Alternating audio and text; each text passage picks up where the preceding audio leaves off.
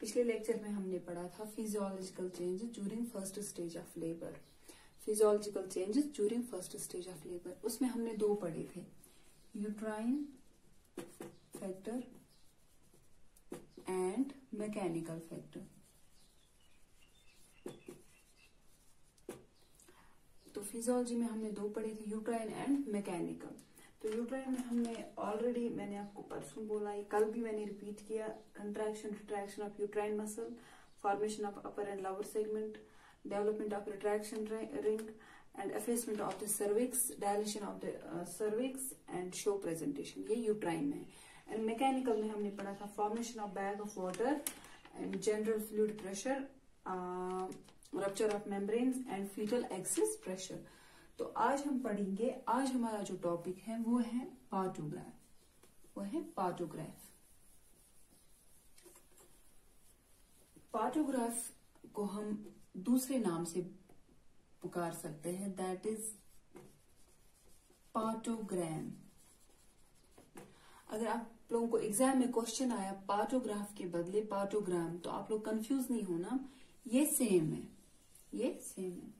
तो पार्टोग्राम क्या है? पार्टोग्राम जो है, ये फर्स्ट इंट्रोड्यूस जिसने किया है उसका नाम था E.A.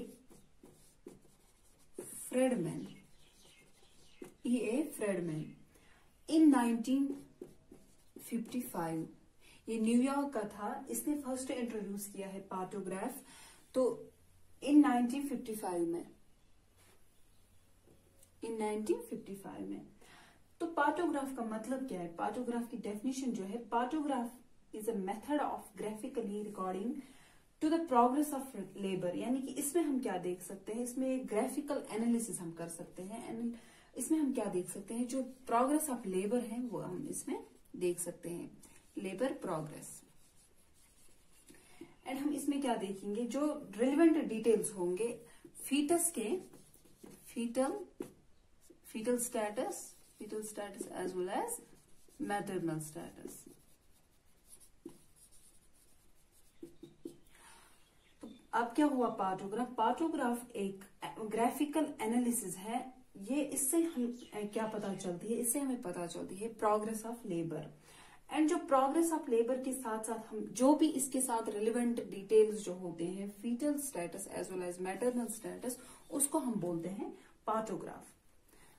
तो अब पार्टोग्राफ हो गया। पार्टोग्राफ फ्रेडमैन ने 1955 में दिया है, E.A. फ्रेडमैन 1955, ये न्यूयॉर्क का था। तो अब हम इसके प्रिंसिपल्स पढ़ेंगे। प्रिंसिपल्स, फर्स्ट प्रिंसिपल जो है, इसमें क्या है, जो एक्टिव फेज है वो 3, ऑब्वियसली मैंने ऑलरेडी बोला है, जो एक्टिव फेज है वो 3 सेंटीमीटर, उसमें 3 सेंटीमीटर डायलिटेशन तक, वहां तक होती है। तो यहाँ पे क्या होता है, जो फर्स्ट स्टेज ऑफ लेबर है वो commonly 3 centimetre of cervical dilatation तक होता है, 3 centimetre of cervical dilatation. And second point जो है वो लेटेंट फेज जो है, that should not last longer than 8 hours, तो ये सेकंड पॉइंट था। अब थर्ड पॉइंट जो इसमें है, ये लेटेंट फेज है। लेटेंट फेज 8 आवर्स से आगे नहीं जाना चाहिए, लॉन्ग मतलब ज्यादा ग्रेट, उससे ज्यादा आगे नहीं जाना चाहिए। अब थर्ड पॉइंट जो है, जो ड्यूरिंग एक्टिव फेज क्या होता है, जो रेट ऑफ सर्विकल डायलिटेशन होती है, उसमें क्या होता है, वो 1 सेंटीमीटर पर आवर से कम नहीं होना चाहिए, 1 सेंटीमीटर पर आवर से कम नहीं होना चाहिए। यानी कि जो सर्विकल डायलिटेशन है उसकी जो रेट है वो 1 सेंटीमीटर पर आवर से कम नहीं होनी चाहिए। एंड फोर्थ पॉइंट जो है वो एवरी 4th आवरली पर वेजिनल एग्जामिनेशन करना है, यानी कि PV करना है। Every 4th hourly vaginal examination हमें करना है, मदर का वेजिनल एग्जामिनेशन करना है। सो फर्स्ट पॉइंट जो है वो है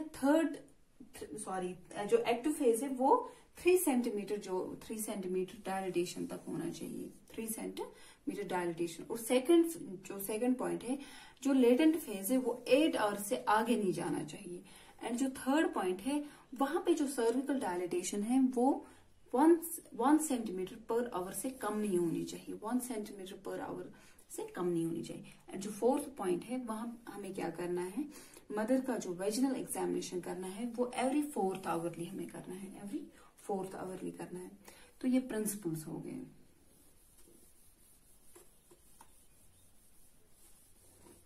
अब हमें इसके पढ़ने हैं purposes of partograph.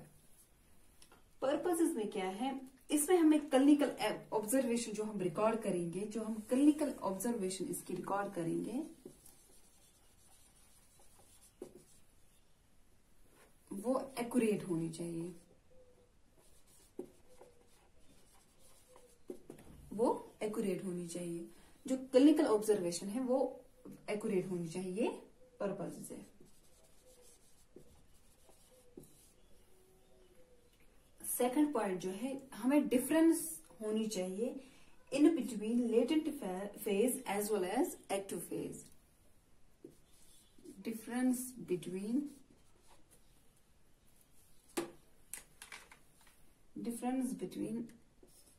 latent phase and active phase।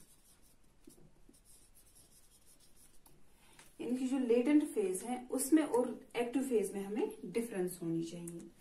And second point जो है, उसमें हमें क्या होना चाहिए, हमें recognise maternal and fetal problem होनी चाहिए अर्ली। क्योंकि पार्टोग्राम का मतलब यह है कि हम जब ये पार्टोग्राफ जब करते हैं तो उसमें हमें फीटल एंड मैटरनल कंडीशन पता चलती है।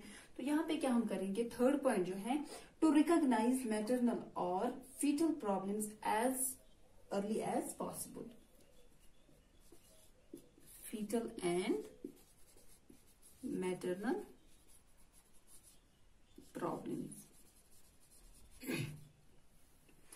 और जो फोर्थ पॉइंट है, फोर्थ पॉइंट में क्या है, जो पार्टोग्राम है वो हम इसलिए करते हैं ताकि जो मतलब जो लेबर है वो डिवेट मत है। फॉर एग्जांपल उसमें कोई कॉम्प्लिकेशन मत है, वो नॉर्मल से डिविएशन उसमें मत आई है। यानी कि अगर उसमें कॉम्प्लिकेशन है फिर पार्टोग्राम में हमें पता चलेगा।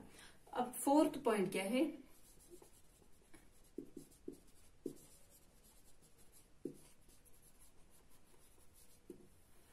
और जो फिफ्थ पॉइंट है वो है, हमें इसमें जो प्रोग्रेस ऑफ लेबर है वो हमें रिकॉग्नाइज करनी है। और अगर इसमें कोई प्रॉब्लम होगी या कोई कॉम्प्लिकेशन हमें दिखेगी तो वहां पे हमें क्या करना है,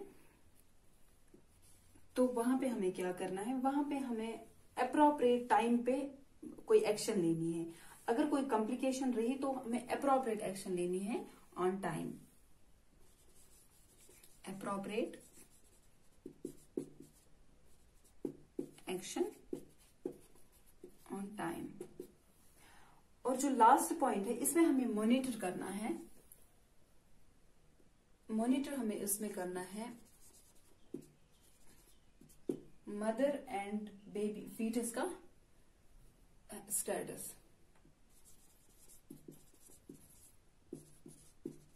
मैटरनल स्टेटस।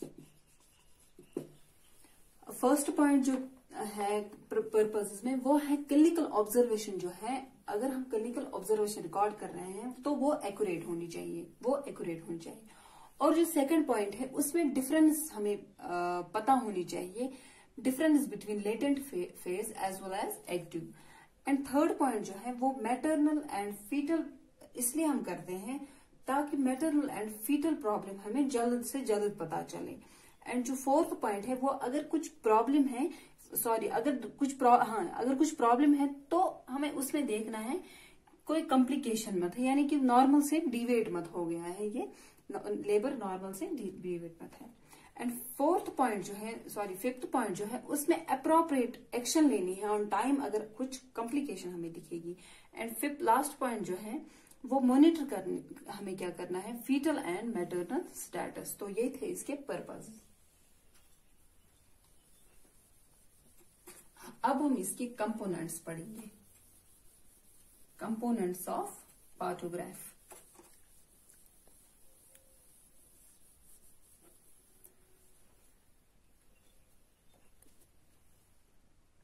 अब कंपोनेंट्स है इसके।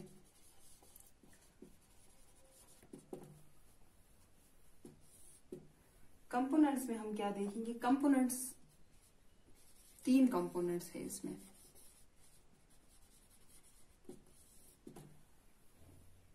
First is fetal condition, second is progress in labor, and third is maternal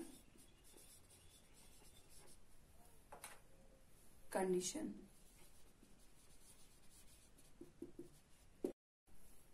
तो ये 3 कंपोनेंट्स हैं जो हम दूसरे लेक्चर में इलॉबरेट करेंगे। अस्सलाम वालेकुम।